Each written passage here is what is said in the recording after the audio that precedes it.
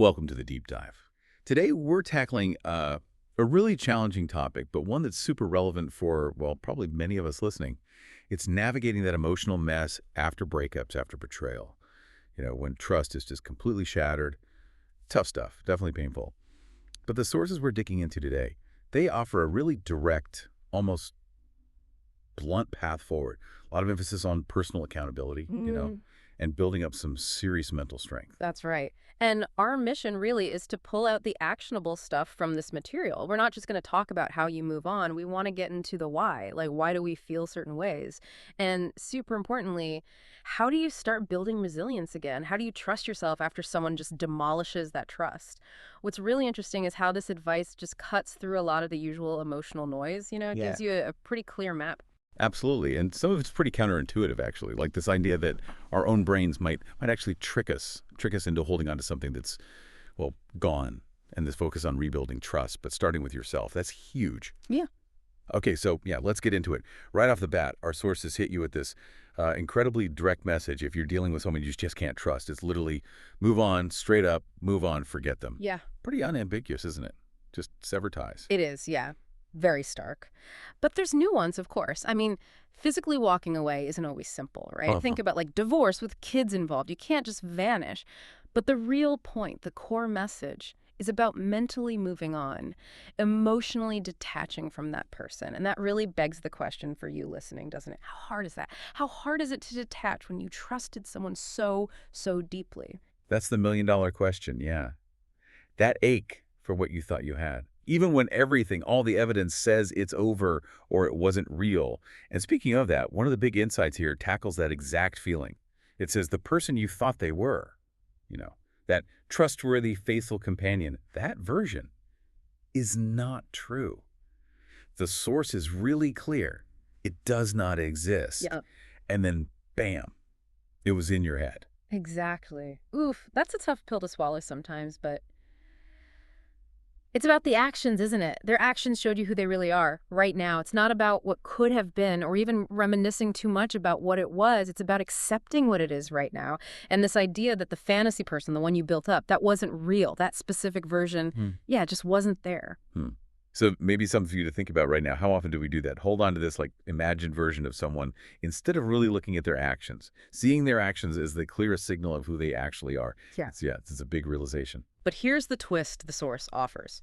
Framing that difficult truth as, believe it or not, a blessing, you should actually be thankful that you were able to learn before you invested more into this person. Seriously, be grateful, actually grateful you found out when you did that this person was a liar, that they were unfaithful, untrustworthy. Knowing now, even though it hurts like hell, saves you so much more pain, more wasted time down the road. That reframing is powerful, yeah.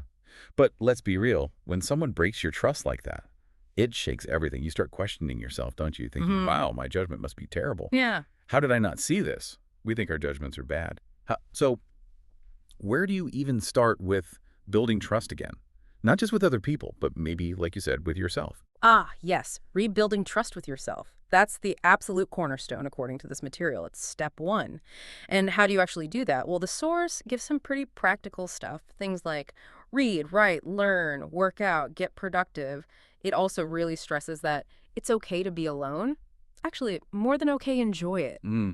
Use that time, that space, to actively invest in yourself. Build your own confidence, your own conviction. It's not just killing time. Okay, so that connects to another really interesting idea they mentioned, the post-operational debrief. Sounds kind of military, but the idea is you look back, you learn from what happened. You identify your own maybe mistakes, like did you ignore some red flags early on? It's like reviewing the game tape after a loss. Right. Not to beat yourself up, but to see the patterns, fix the errors for next time. The source uses this analogy.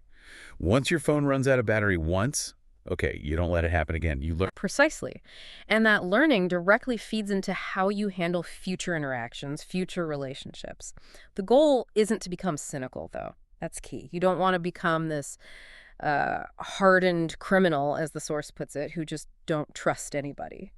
It's finding that balance, awareness, but not complete shutdown. Okay, so how do you avoid that? Avoid becoming totally cynical, but still protect yourself. The advice seems to be a little suspicious of people, maybe, initially. Cautious. Yeah, cautious is a good word. But then be able to build trust once they've proven themselves. Exactly. It's about earning it. Take those small steps. Don't just dive in, Don't jump in and give someone 100% trust out of the gate. It's incremental. Yeah. Let them show you through actions Yeah. that they're trustworthy. Okay, now this next point is, wow, it's fascinating. They call it the chemical trick. The source explains how these, powerful brain chemicals, oxytocin is the main one they mentioned, the love hormone, right? They create this intense bond, this feeling of attachment to a specific person. And this is why, crazily enough, you can literally be looking at proof of betrayal. Like you see her lying text messages on your phone right now you're looking at, and still your brain is screaming, I miss them. I need them. I feel this connection. It's wild. It really is wild. And it explains so much, doesn't it? It explains why your brain is telling you, this girl is essential for you when she's not. That feeling, it's a lie, basically, a biological trick. Your brain chemistry is trying to maintain a bond, even when logic and reality are saying, no, bad idea. And this is exactly why you can't talk any sense to people sometimes when they're in the thick of it. But the good news, thankfully, is that this chemical effect, it wears off. Eventually, logic can creep back in. The danger, though, while it lasts, it's huge. People can literally ruin their lives staying with someone who is completely abusive. Why? Because they're essentially hooked on that feeling, in love with this fantasy person we talked about earlier. Right, the one built in their head. Yeah. And they ignore all the red flags. They only remember the good times because those chemicals are reinforcing the feeling, not the reality. It's like a feedback loop keeping them stuck. And if you zoom out, look at the bigger picture. This obsession, this clinging to a fantasy person, one who, again, doesn't exist in the way you imagine. It's a massive mental trap. It actively stops people from seeking out or even seeing a reality that was actually congruent with what their desires are. Finding someone who actually fits what they want and need. And the source offers this reminder, which is important. There are plenty of other human beings out there that are awesome. Yeah. Really good people are out there waiting for a real connection, not a fantasy-based one. Okay, so let's bring it back to practical steps. If you're in this situation, what's the actionable advice? We heard read, write, learn, work out. The source also says hang out with your badass self.